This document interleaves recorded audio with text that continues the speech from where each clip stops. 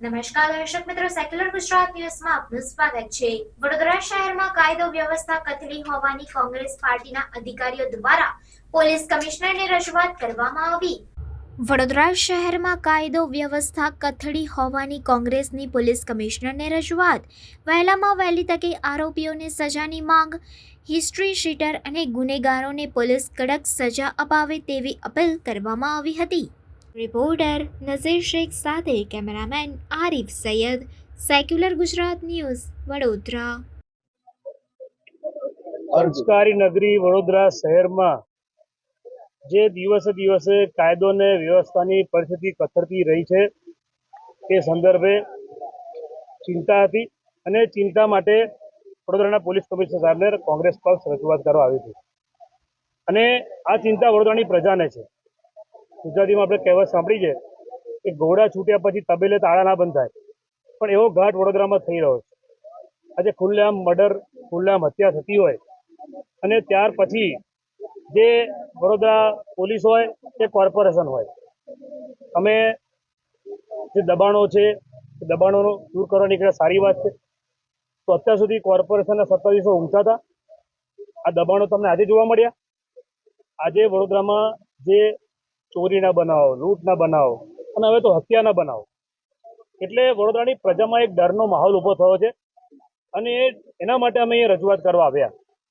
આજે કોઈ મા બાપે પોતાના છોકરાને ગુમાવવો પડે, જે ગુનેગારો હોય છે એ ગુનેગારોનો કોઈ ધર્મ નથી હોતો, અસામાજિક તત્વોનો કોઈ ધર્મ નથી હોતો, પણ શું આ અસામાજિક તત્વો રાતોરાત પેદા થયા છે?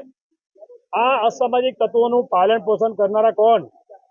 વડોદરા શહેરમાં 26 પોલીસ સ્ટેશન છે, એમાંથી કારેલીબાગ પોલીસ સ્ટેશનમાં ખુલ્લેઆમ જે દારૂ જુગારના અડ્ડા ચાલે છે। આ જે હિસ્ટ્રી શીટરો હોય છે, કોઈ પણ પોલીસ સ્ટેશનમાં નવા પીઆઈ આવે તો એની પાસે ફાઇલ આવે કે આ વિસ્તારમાં કયા અસામાજિક તત્વો રહે છે। તો શું પોલીસને બધી વાતનું ખબર નથી? રાતોરાત હવે ગુનેગારો પેદા થાય છે, તો પોલીસે પણ કેટલાકનું પાલન પોષણ કર્યું હોય માટે આવા બનાવો દિન દાડે બનાવ મળ્યા છે। ચોરી લૂંટફાટના બનાવો તો હતા, સાથે સાથે હવે આજે હત્યાના બનાવ બન્યા છે। આ તમામ બાબતોને લઈને ચિંતા હતી, તે માટે વડોદરા પોલીસ કમિશનરને મળવા આવ્યા। પોલીસ કમિશનર સાહેબે જણાવ્યું કે ઇન્કવાયરી પેન્ડિંગ છે અને એની ઇન્કવાયરી ચાલી રહી છે। અમારી પાસે માહિતી છે કે પોલીસ કર્મચારીઓ પણ આમાં સંડોવાયેલા છે અને પોલીસના જાપ્તામાં થઈને જ્યારે કોઈ હત્યાનો બનાવ બની જાય તો આના માટે એ લોકો એટલા જવાબદાર થાય છે। આજે વડોદરા શહેરના જે ક્રાઇમ બ્રાન્ચના જે બહાદુર મિત્રો છે, જે ક્રાઇમ બ્રાન્ચ વડોદરામાં ભાજપનો કોઈ મોટો નેતા આવે તો કોંગ્રેસ પાર્ટીના આગેવાનો રાતોરાત પકડી લેવાના, કોંગ્રેસ પાર્ટીના આગેવાનો ઘરે પહોંચી જવાનું।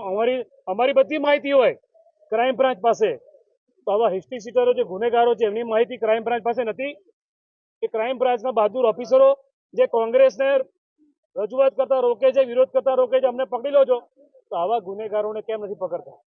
હજુ પણ કહું છું કે ગુનેગાર અને અસામાજિક તત્વોનો કોઈ ધર્મ નથી હોતો, પરંતુ આવા લોકોને જે પાલન પોષણ કરનારા એ લોકો છે એમને પણ સામે એમના ચહેરા લાવવા જોઈએ અને કડક રજૂઆત કોંગ્રેસ પાર્ટીએ કરી છે અને આ બાબતે પોલીસ કમિશનર સાહેબે બાંયધરી આપી છે અને આગામી દિવસોમાં આવા જે પણ ગુનેગારો વડોદરા શહેરમાં હોય એમની સામે પગલાં લેવામાં આવે એની અમે રજૂઆત પણ કરી છે।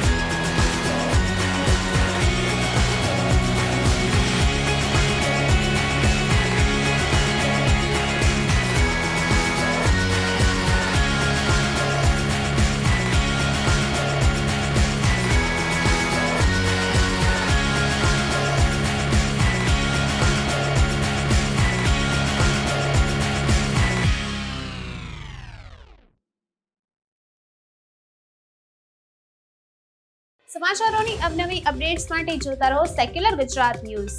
સાથે સેક્યુલર ગુજરાત ન્યૂઝ ચેનલને લાઇક, શેર અને સબસ્ક્રાઇબ કરો અને બેલ આઇકોન દબાવીને સમાચારોની ઝડપી માહિતી મેળવો.